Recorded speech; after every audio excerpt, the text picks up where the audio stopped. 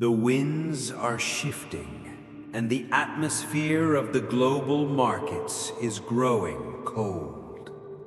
While the masses are lulled into a false sense of security by the flickering lights of temporary prosperity, the Watchman sees the lean kine rising from the river. We are entering the era of the Josephic economy, a time when the structures of the world will tremble and the wealth of nations will be redistributed according to spiritual foresight, not mere earthly speculation. This is not a time for the timid or the spiritually blind. The crisis that looms on the horizon is not merely a cycle of inflation or a temporary downturn. It is a systemic pruning, a divine shaking of the foundations. Joseph did not survive the pit and the prison merely to become a servant of Pharaoh. He was positioned to become the architect of survival for a world on the brink of collapse. He understood what modern man has forgotten, that economic sovereignty is a spiritual mandate.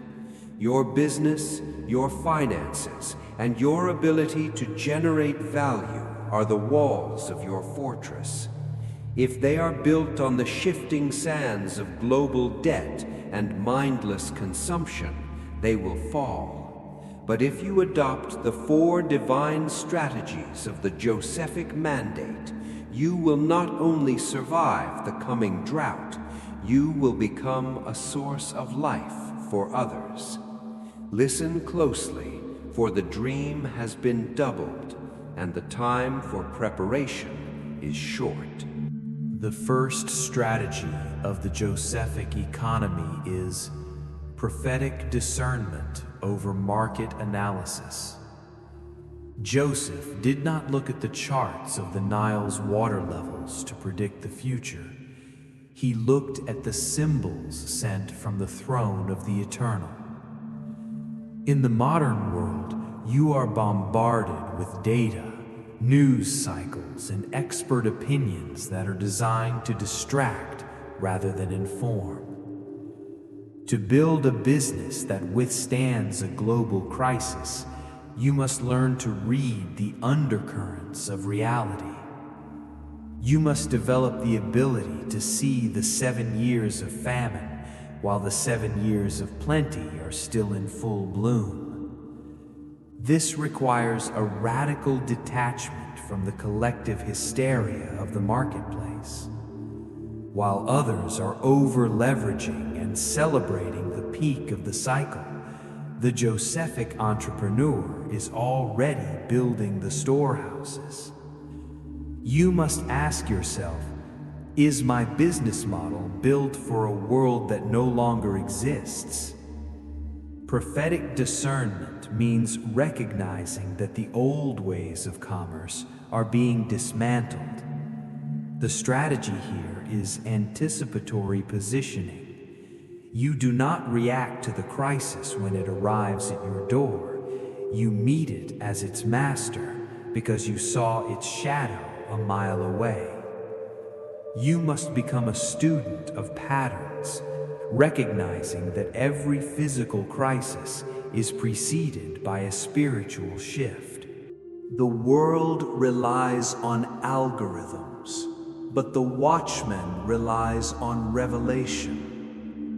To truly understand the Josephic mandate, one must realize that the first strategy, prophetic discernment, is not a passive observation, but an aggressive pursuit of truth.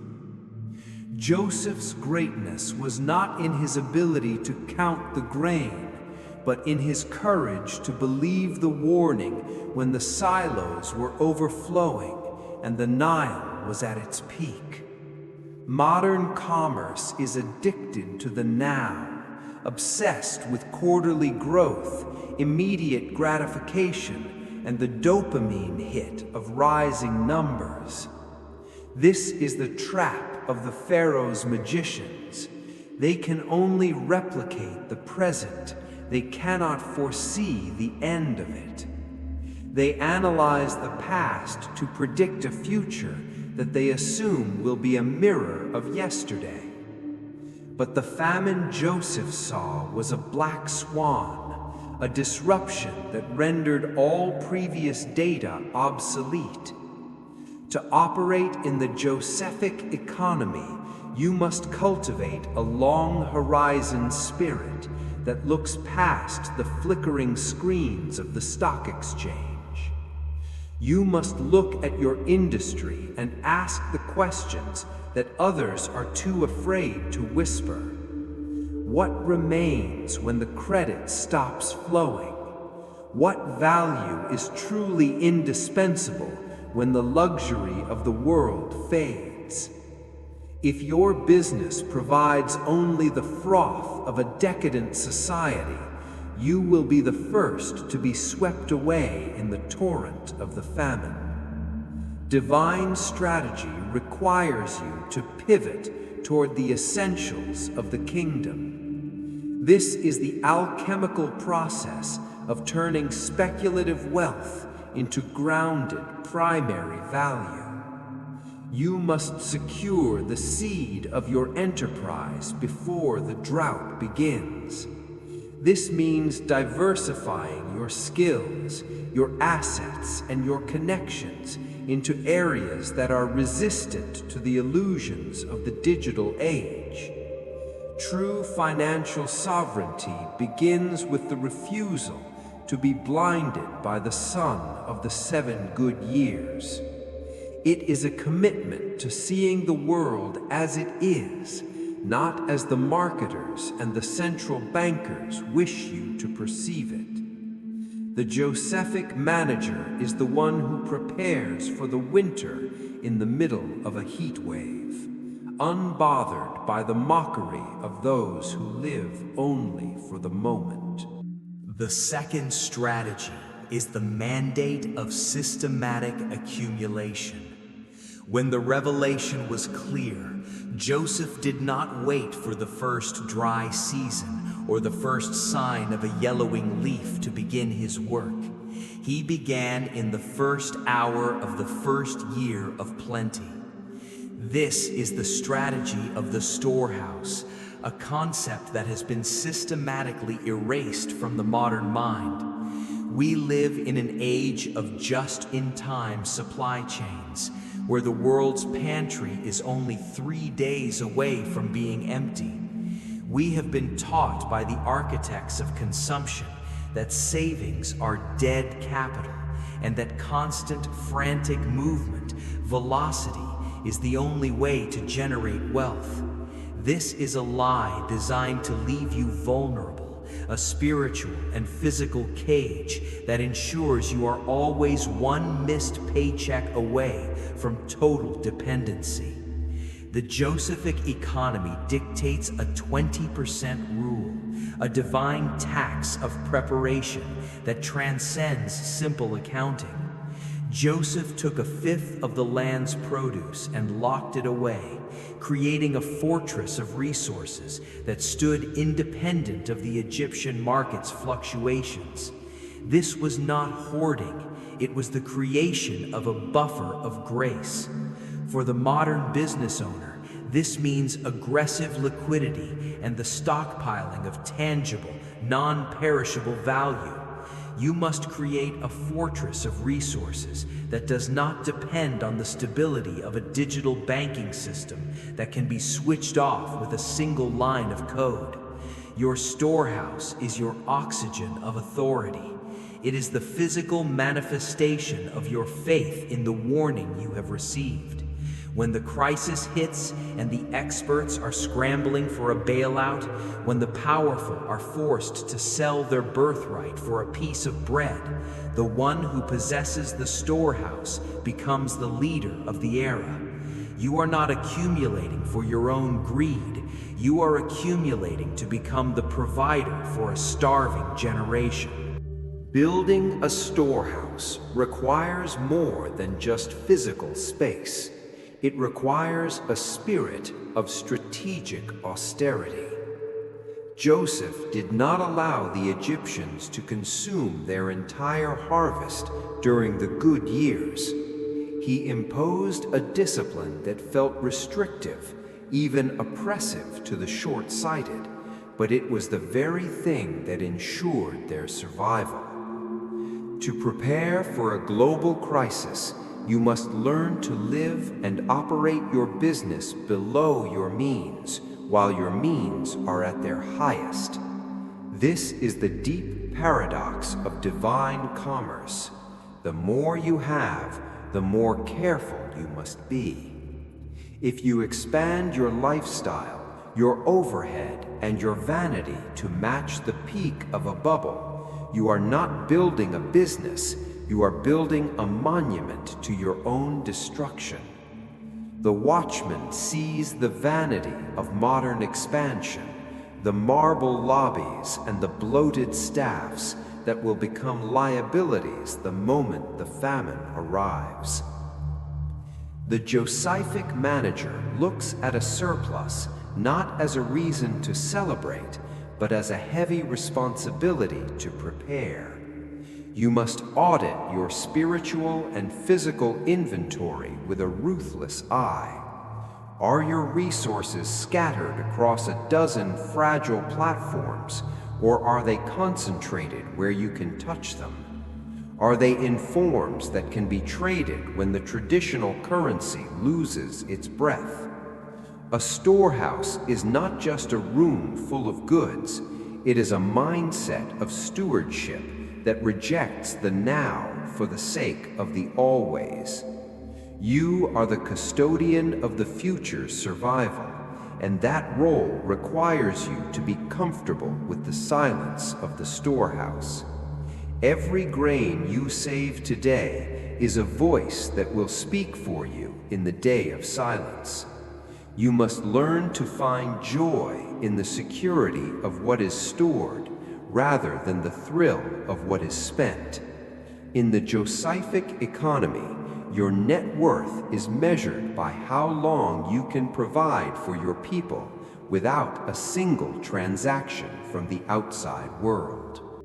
The third strategy is the severing of the Egyptian cords.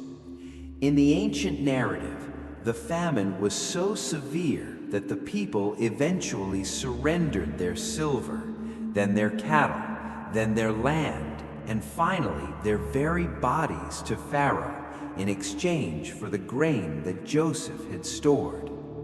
This is the ultimate hidden goal of every famine system in human history, the total consolidation of power through the mechanism of dependency. The modern version of this trap is debt.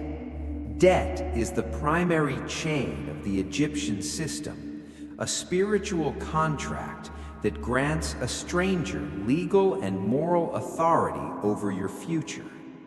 The Josephic economy demands that you operate from a position of lender, not borrower. You cannot have divine authority in your business if you are a slave to the usury of the age. Global crises are not accidents. They are often the nets cast into the sea to gather those who have overextended themselves on credit. To achieve true financial sovereignty, you must systematically eliminate the leaks in your fortress. Every interest payment you make is a tribute to a system that is actively working toward your subjugation. Joseph's economy was one of asset dominance. He understood that whoever controls the seed controls the harvest. If your business is fueled by the high-interest debt of the Pharaoh's banks, you do not own your enterprise. You are merely an unpaid manager for the creditors. You must break the cycle of borrowing to grow and embrace the growth of the remnant, slow, solid, and sovereign. This requires a radical shift in your definition of success. Success is not the size of your operation, but the degree of your independence. A small, debt-free business is a fortress. A massive, debt-ridden empire is a house of cards waiting for the wind. The third strategy, the severing of the Egyptian cords, is far more than a financial tactic. It is a spiritual declaration of war against the spirit of dependency. You must understand the nature of the system you inhabit. The modern financial architecture is designed to function like a predator's web.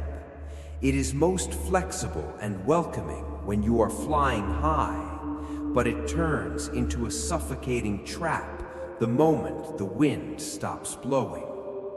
Debt is the famine trap. It is the mechanism by which the elite of Egypt ensure that the middle class and the poor have no equity of survival when the crisis arrives. When Joseph managed the grain, he witnessed the total subjugation of an entire population because they had spent their years of plenty consuming their future. When the drought hit, they had nothing left to trade but their freedom. They became tenants in their own land, servants in their own homes. To be a Josephic entrepreneur, you must possess the spirit of the master, which requires you to have unencumbered assets. If your warehouse is full, but your mortgage is held by a predator, that warehouse is a lie. The Watchman warns you, we are approaching a time of the great foreclosure. In a global crisis, the rules of the game are rewritten in the middle of the night. Contracts are voided, interest rates are weaponized, and the safety nets are revealed to be made of shadows. Sovereignty means that your business can breathe even when the global banking system holds its breath. It means you have the power to say no to compromise because you do not owe the world system your next meal. You must audit every liability, every subscription, and every hidden tax on your energy. Every dollar of debt is a hole in your spiritual shield. Close the gaps now, while there is still a remnant of liquidity in the market, for the day is coming when the only currency accepted will be that which is held in a sovereign, debt-free hand. As the traditional structures of Pharaoh begin to tremble, a second underground economy must emerge among the wise. This is the Josephic network. Notice that Joseph did not just save Egypt. He positioned his own family, the remnant, in the land of Goshen. Goshen was the best of the land, yet it was separate from the Egyptian customs and their centralized control. Your business must find its Goshen. This means building relationships and trade routes that are not entirely dependent on the centralized digital grid. In a global crisis, the digital dollar and the global ledger will be used as tools of total surveillance and social conditioning. If your ability to buy and sell is tied to a single, fragile, and controlled system, you are not a businessman. You are a ward of the state. The strategy here is relational liquidity. Joseph knew the power of the covenant. He knew the keepers of the prison, the officers of the court, and the shepherds of the fields. Your most valuable asset in the coming famine will not be the numbers on a screen, but the strength of your covenants with other sovereign minds. You must build a commerce of trust that can operate when the official channels are blocked. This is an economy where value is exchanged based on character, tangible utility, and mutual survival. Start identifying your Goshen partners now, the suppliers, the creators, and the visionaries who operate with a sense of divine purpose rather than corporate greed. By creating these micro-economies, you ensure that even when the global supply chain snaps like a brittle thread, your local circle of providence remains intact. The Watchman sees a time when the official markets will be closed to those who value their soul, but the Goshen markets will be overflowing with the abundance of the prepared. The fourth and final strategy of the Josephic economy is the mastery of value transformation. When the famine reached its peak in the ancient world, the traditional currency of Egypt failed. Silver and gold became useless because you cannot eat metal and you cannot plant it. Joseph did not panic when the money failed. He pivoted. He began to accept livestock, then land, and finally he transformed the crisis into a complete restructuring of the nation's power and ownership. This is the alchemical shift of the business world. To survive a global crisis, you must understand that value is a shapeshifter. What is considered precious in the years of plenty is often revealed as dross in the years of famine. The Josephic business leader is a master of adaptive utility. You must ask yourself, if the digital currency of my nation fails or is frozen tomorrow, what do I have that people will still crawl through the dust to obtain?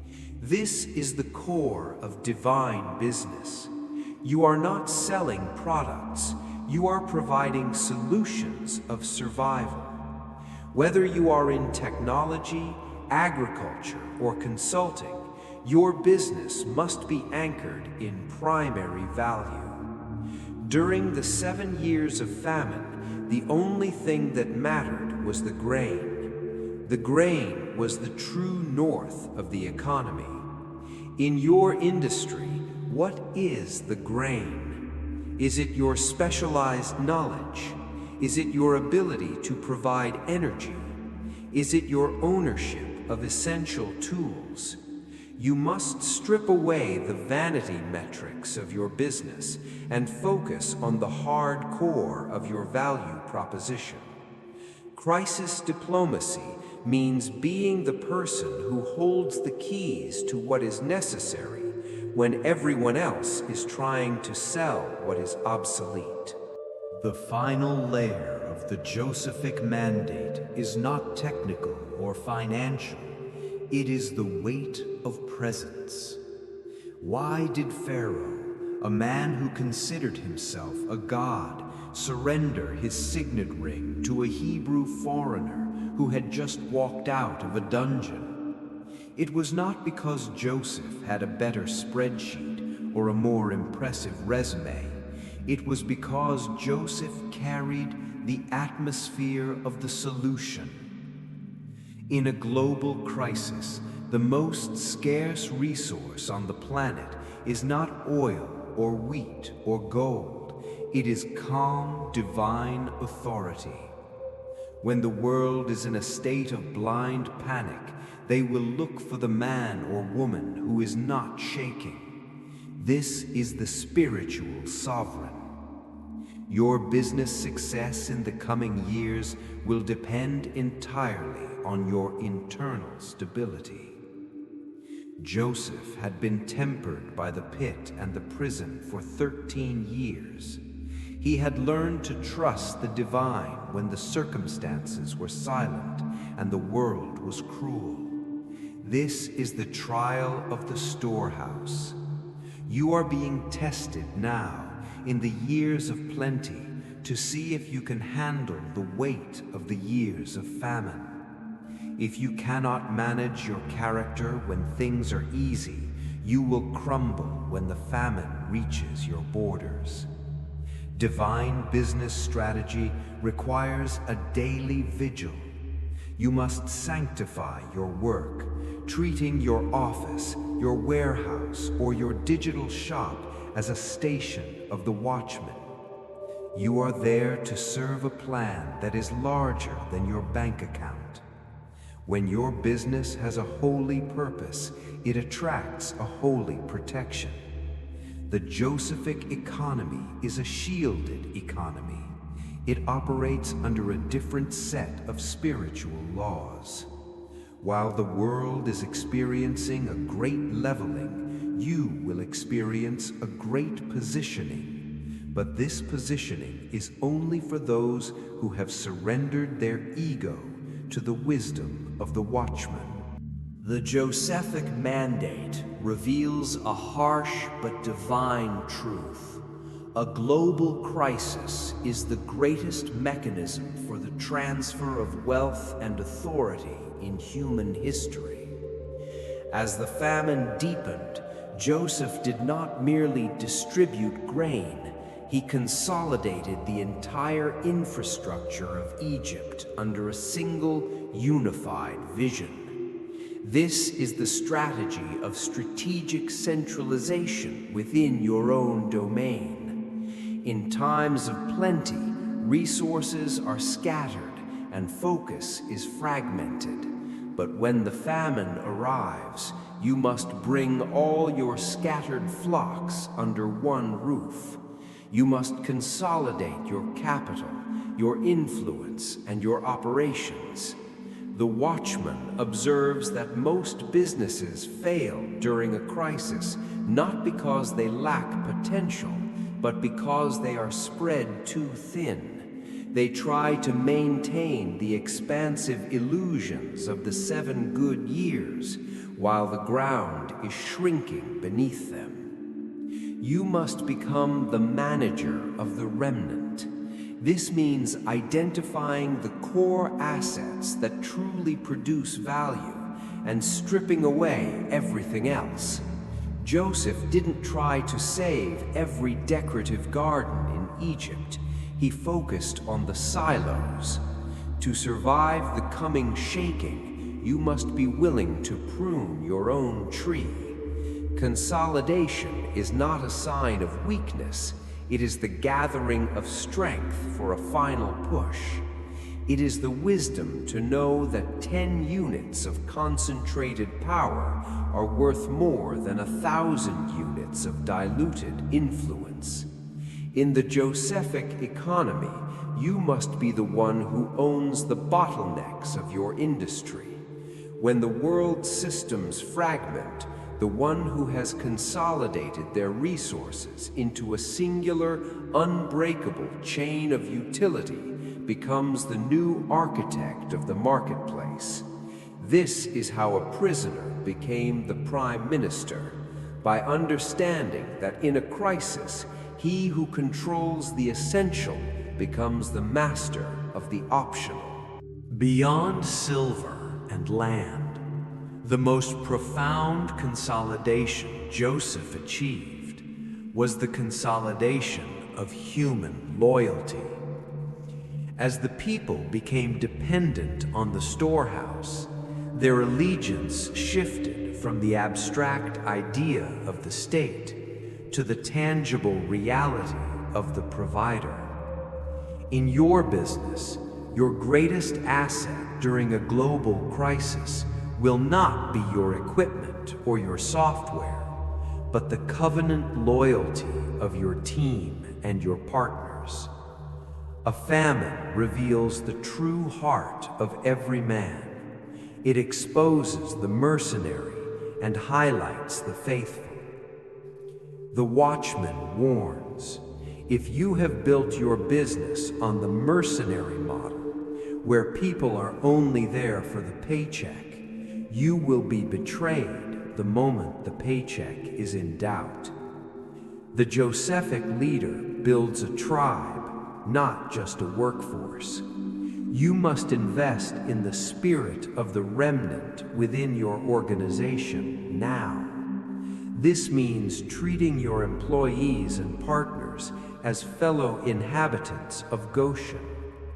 When the world begins to lay off thousands and treat human beings as disposable liabilities, the Josephic entrepreneur stands as a shield for his people. This creates a bond that is stronger than any legal contract. In the heat of a global crisis, you need people who will hold the line with you when the banks are closed and the streets are in turmoil. Loyalty is a currency that never devalues. By securing the lives of those who work for you, you secure the future of your enterprise. You are not just a boss, you are a provider king in the mold of Joseph. When you protect the people during the famine, the people will build your empire during the restoration. As the global crisis reaches its zenith, the sixth strategy manifests: the architecture of the new order.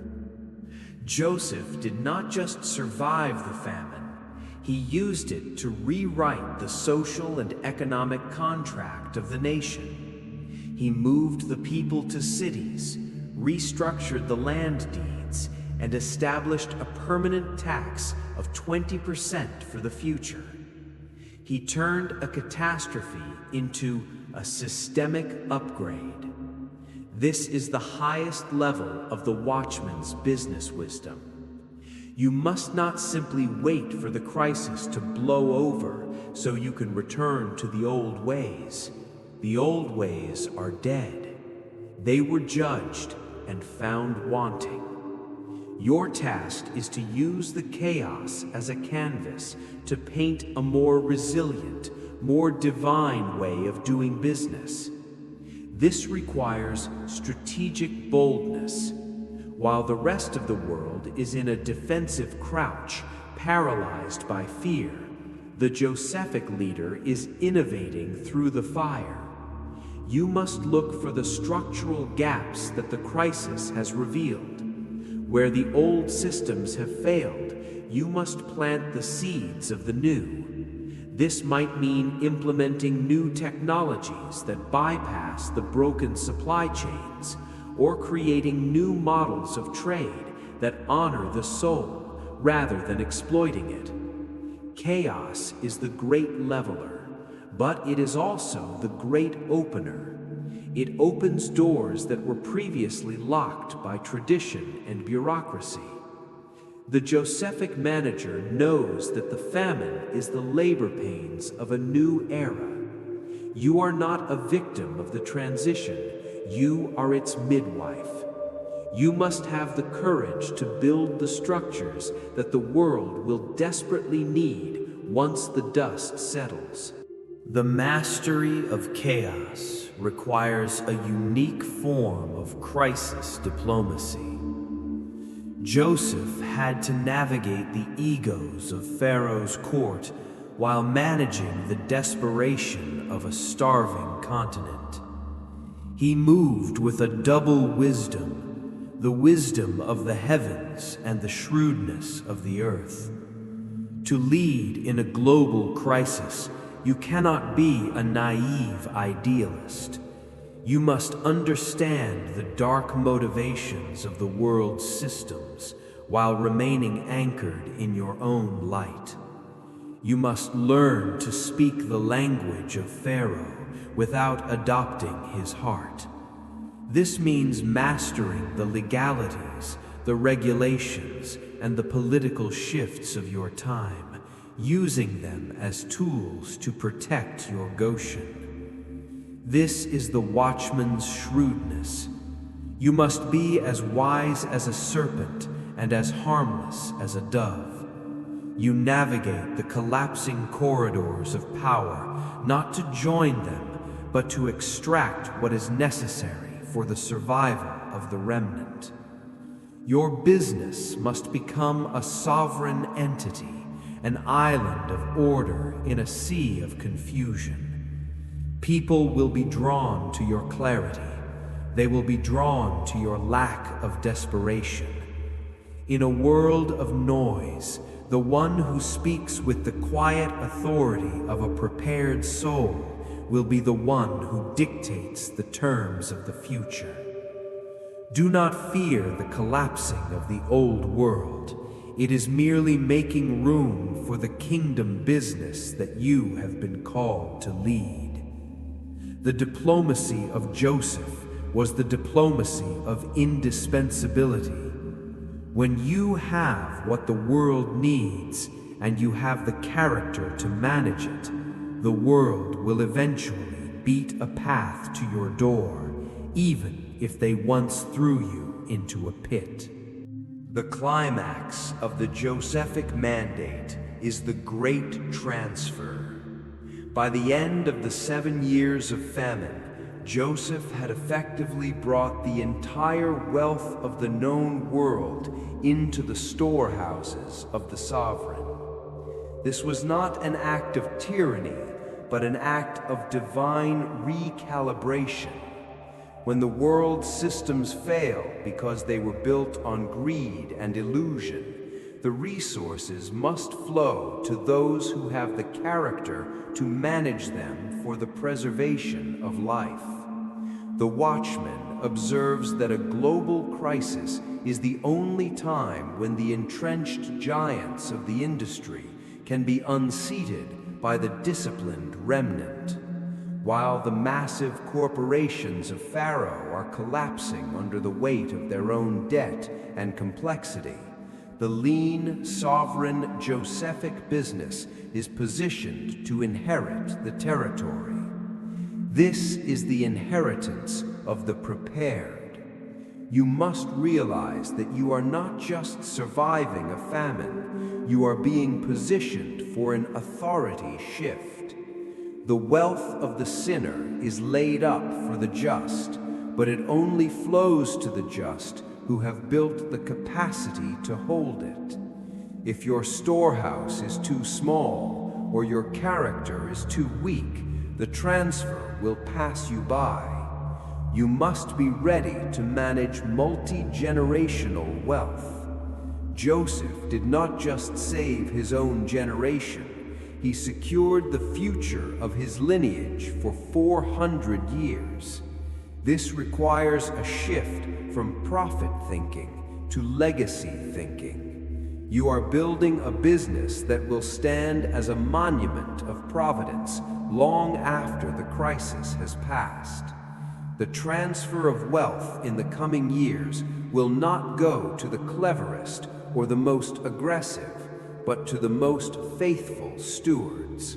Those who proved they could manage a fifth of the harvest in the years of plenty will be given the whole harvest in the years of restoration. The cycle of the Josephic economy is now complete.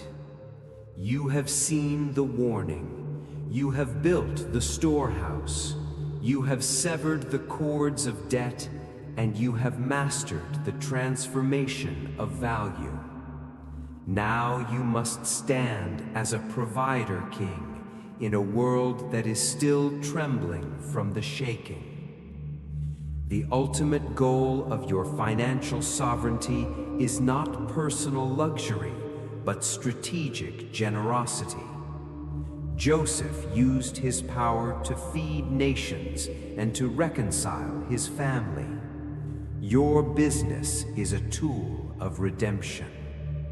When you have achieved the heights of the Josephic mandate, your greatest duty is to ensure that the seed of the future is planted in the right soil.